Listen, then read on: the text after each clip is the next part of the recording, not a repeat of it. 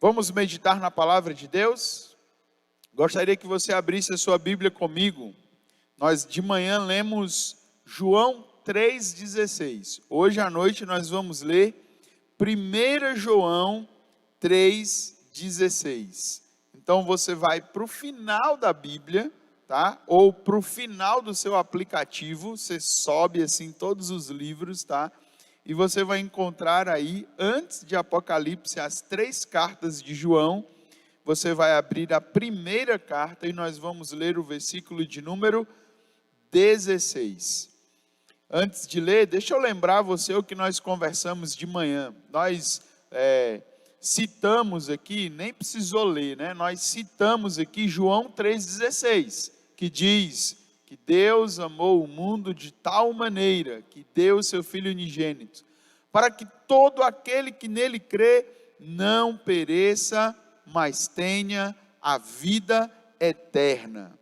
E nós pensamos de manhã que nós podemos, infelizmente, perder as pessoas. E eu contei 3 histórias para vocês. Contei a história de um esposo que perdeu a sua esposa e os seus filhos. Contei a história de uma reunião, de uma igreja, em que pessoas perderam amigos naquela reunião. Olha só. E eu contei a história de um pai que quase perdia a amizade do seu filho por causa de uma bobagem, por causa de uma sujeirinha no banco. Mas eles voltaram a ser melhores amigos, e eles continuam sendo melhores amigos. Não é isso, Levi? Então, mas, quando nós perdemos as pessoas, nós chegamos a uma conclusão. Nós descobrimos que pessoas são mais importantes. Pessoas sempre serão mais importantes. Pessoas são mais importantes que o trabalho. Pessoas são mais importantes do que o dinheiro. Pessoas são mais importantes do que as nossas opiniões. Mais importantes que nosso partido político, nosso time de futebol. Mais importante do que a nossa religião. Pessoas são mais importantes. E Deus nos ensina, através de Jesus, que pessoas são mais importantes. Então, assim, nós chegamos em 1 João 3,16. E esse texto nos diz o seguinte: sabemos o que é o amor, porque Jesus deu a sua vida por nós. Portanto, também devemos dar nossa vida por nossos irmãos. Esse texto nos traz a compreensão do que é o amor. E o amor é o amor de Deus. O amor é a expressão da ação de Deus ao nosso favor. E essa ação nos deixa felizes, contentes.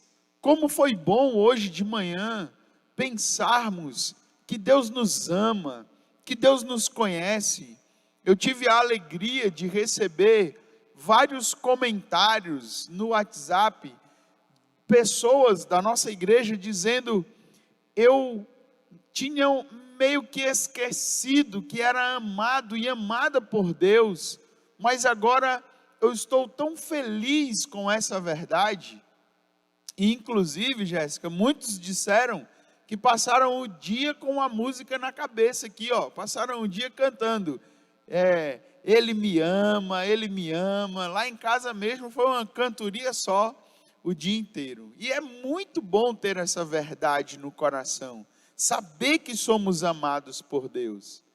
Mas esse versículo, ele completa, ele nos dá uma missão, ele torna prático esse amor, porque ele diz assim: nós sabemos o que é o amor, Jesus deu a sua vida por nós, portanto, também devemos dar nossa vida por nossos irmãos. É como se João estivesse dizendo assim: nós recebemos o amor de Deus, nós também distribuímos o amor de Deus. É como se João dissesse assim: nós ouvimos de Deus que somos mais importante, que nós somos mais importante para Ele. Então, nós precisamos também dizer a alguém: você é mais importante para mim. É uma cadeia que se estabelece, é uma corrente que se cria, é um fluir que nós experimentamos quando participamos desse amor de Deus e ao mesmo tempo nos dispomos a amar as pessoas. Jesus, quando estava falando aos seus discípulos, já no finalzinho do seu ministério, lá em João capítulo 13, ele diz assim para eles: assim como eu os amei, vocês devem amar uns aos outros. Jesus está dizendo a mesma coisa que João escreveu aqui. Ele está dizendo: olha, eu vim de lá, eu amei vocês, eu estive com vocês, então agora vocês devem amar uns aos outros. E ele ainda diz mais, no versículo 35 desse capítulo 13, ele diz assim: seu amor pelos outros provará ao mundo que vocês são os meus discípulos. Nós não podemos ser amados e não compartilhar o amor. Nós não podemos desfrutar de algo tão bom e não pensar que essa realidade, ela precisa ir à frente. Nós não podemos imaginar que isso é algo que deve parar em nós, deve permanecer aonde nós estivermos, como uma atitude, como um hábito, como uma posição, um jeito de viver. Nós devemos pensar: se eu sou amado, tão amada por Deus, eu preciso amar também. E o que nós aprendemos nesse versículo que lemos, é que o amor de Deus, ele foi prático.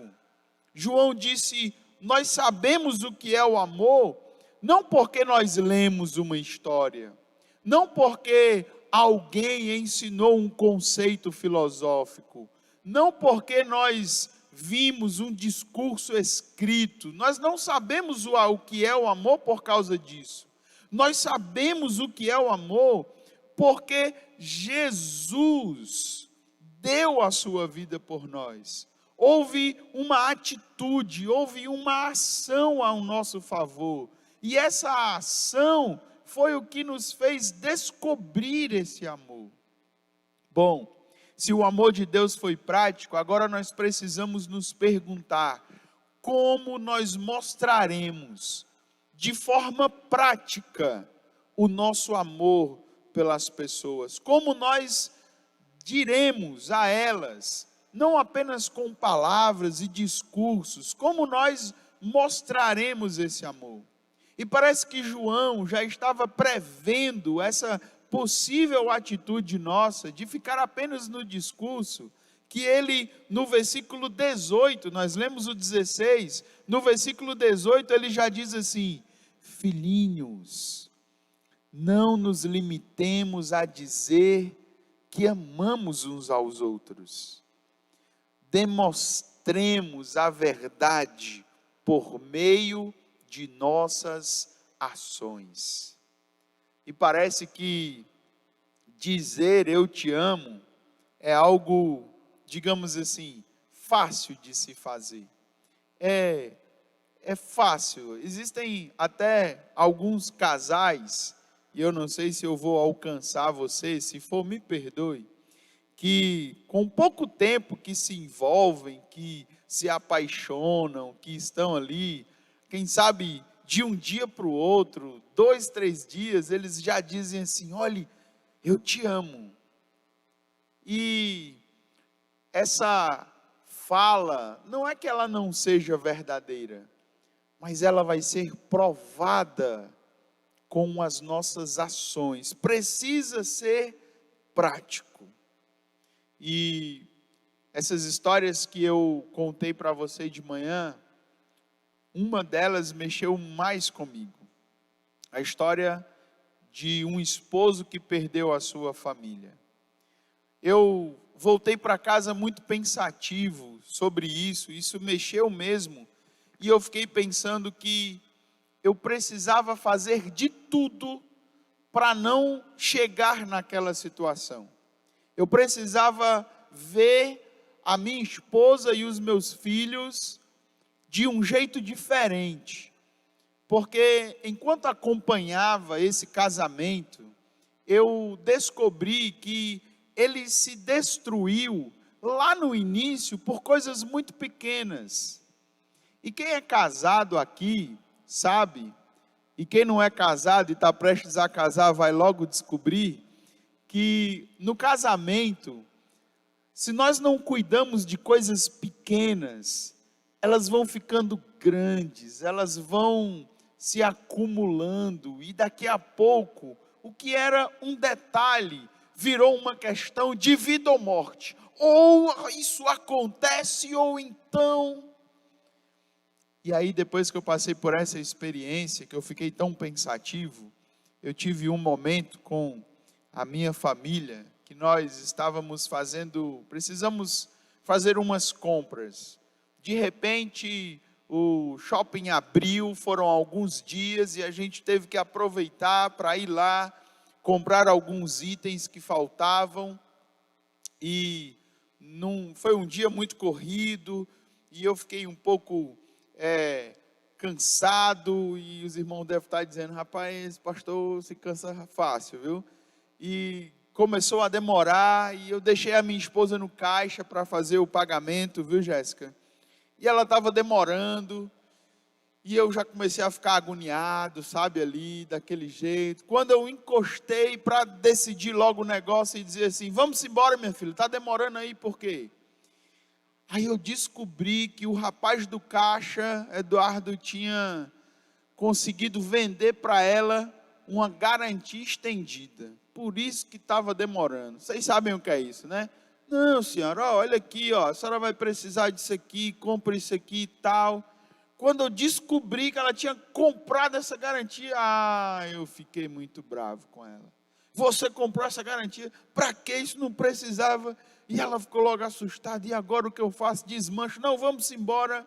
E aí a gente entrou no carro novamente, e lá vai o carro de novo.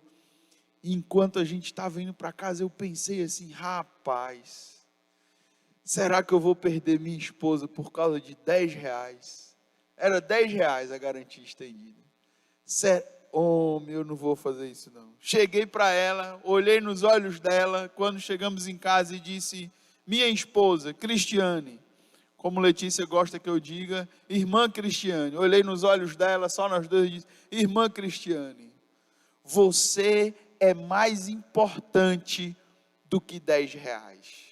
Eu não quero perder você. Pode comprar quantas garantias estendidas você quiser. Pode ficar à vontade. Deus o livre chegar na situação do meu amigo.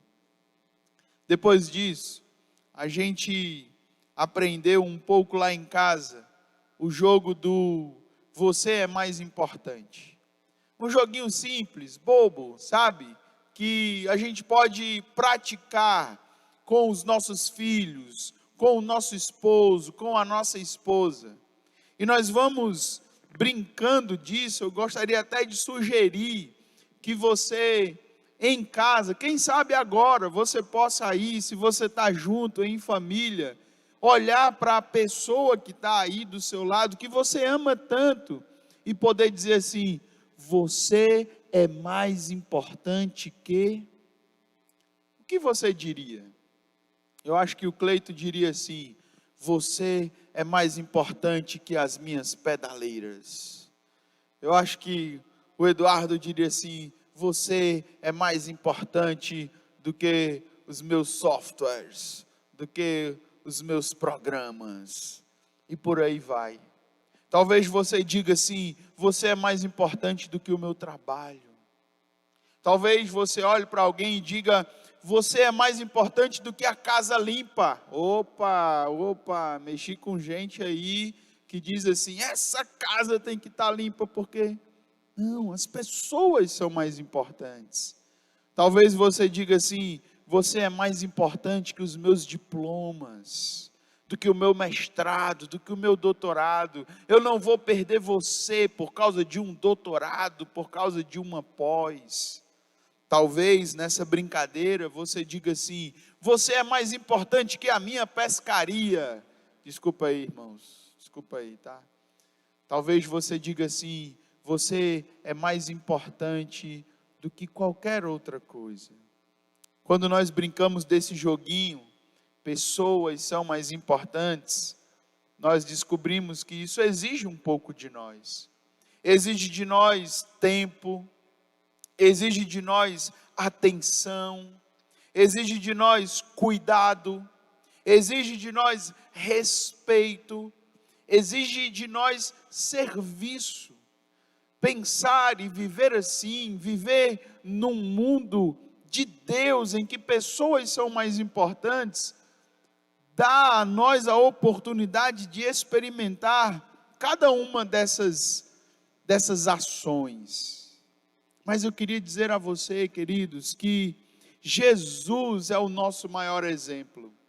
Ele nos ensinou de forma prática que pessoas são mais importantes. Ele nos ensinou a valorizar pessoas.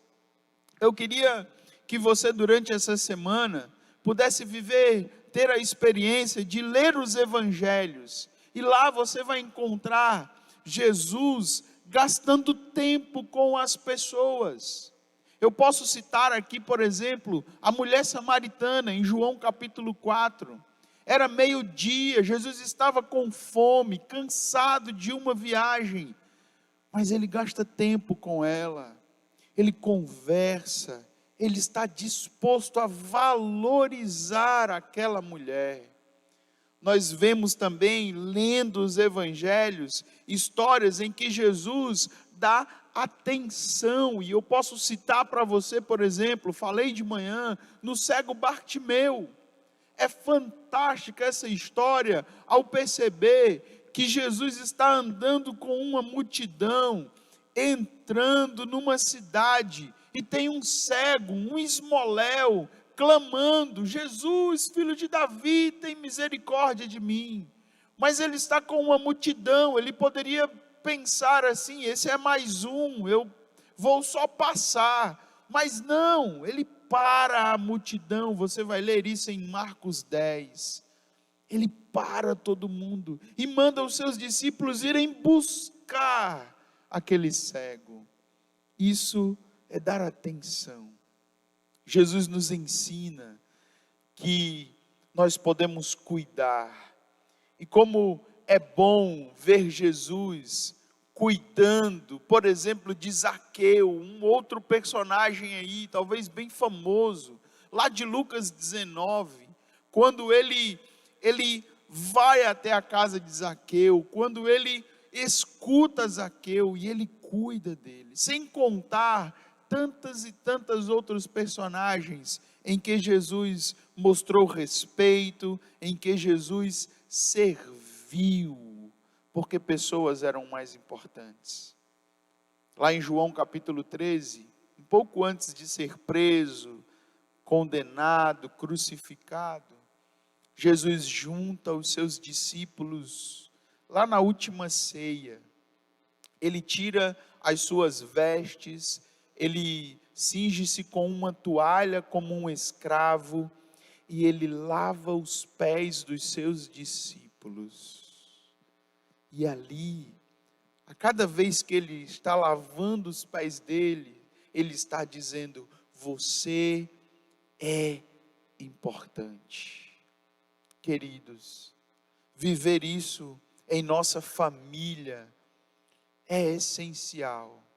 Lavar os pés uns dos outros. Você já pensou, o marido em lavar os pés de forma simbólica, servir a sua esposa.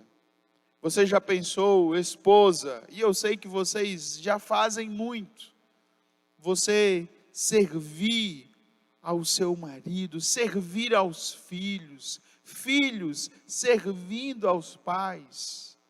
Você já pensou viver tendo atenção, porque ali está o que é mais importante para você?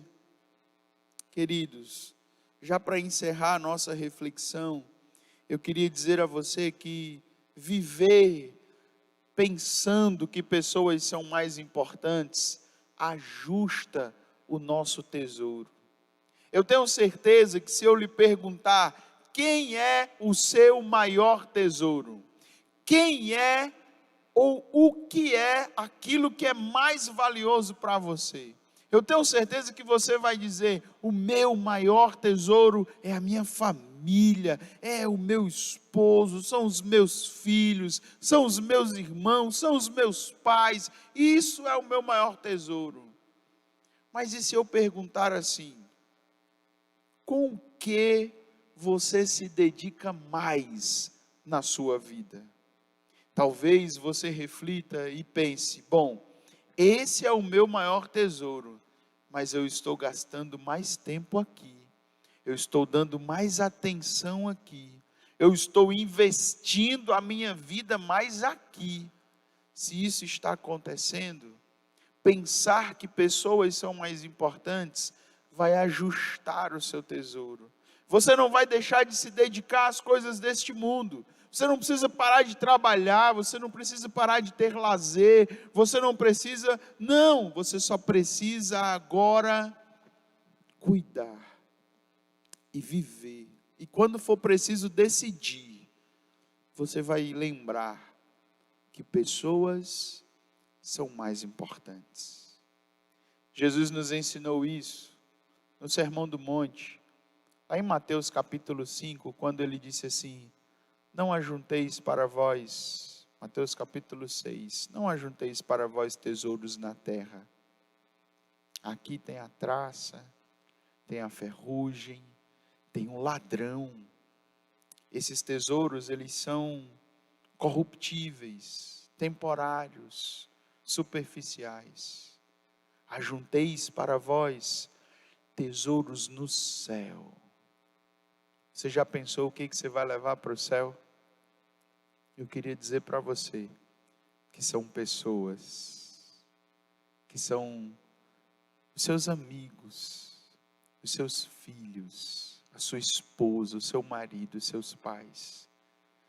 É isso que nós vamos levar. Por isso nós precisamos viver assim. Precisamos viver pensando como Jesus nos ensinou que pessoas são mais importantes. Eu queria encerrar essa mensagem e esse culto estimulando a você a imaginar um novo momento para a sua vida, um novo momento para a sua família, um novo momento para os seus relacionamentos, um novo momento, quem sabe, como igreja que somos. Um momento em que, antes de olhar as coisas, as ocupações, nós olhamos as pessoas. Eu queria estimular a você agora a pensar que essa pandemia, esse isolamento que estamos vivendo, tudo isso que é muito ruim, tem um lado bom. O lado de poder agora gastar tempo com pessoas, viver com pessoas. E talvez você diga assim: eu já estou há tanto tempo vivendo com essas pessoas, já são mais de 100 dias aqui, mas eu queria que você visse como isso tem sido bom, como tem sido para você um desfrutar do seu tesouro maravilhoso. Nós combinamos uma música aqui para o final, eu vou consultar para saber aqui se a gente pode trocar, porque eu queria encerrar esse culto, Jéssica, dizendo que o novo virá. O novo virá, o novo de graça, de paz, um novo de Deus que transforma a nossa mentalidade. que nos dá a condição de experimentar a nossa família com prazer, com alegria. E aí, nesse novo que virá, Deus nos dará vitória nos nossos desafios e nos permitirá amar, cuidar, viver ao lado das pessoas que nós amamos. Eu quero orar por você, quero orar pela sua família, eu quero orar pelos seus relacionamentos, eu quero orar pelo que você está vivendo, diante das lutas que você tem, mas quero orar já com alegria, Cleiton. Será que dá para a gente já iniciar ali a melodia dessa canção? Porque queria que você pudesse já experimentar essa mensagem, não com um sentimento de tristeza, de olhar assim, poxa, eu não estava valorizando bem o meu esposo, a minha esposa. Não, eu quero que você olhe para frente, eu quero que você sonhe, eu quero que você imagine essa semana já, uma semana de vitória, uma semana de comunhão. Brinque aí do jogo, você é mais importante. Faça aí planos para que nessa semana vocês possam realizar coisas juntos. Quem sabe uma faxina na casa. Minha esposa gostou disso, hein? Quem sabe um mexer aí no jardim da sua casa. Quem sabe alguma atividade. Mas nessa atividade vocês vão poder valorizar, cuidar um do outro e vivenciar essa verdade. Pessoas são mais importantes.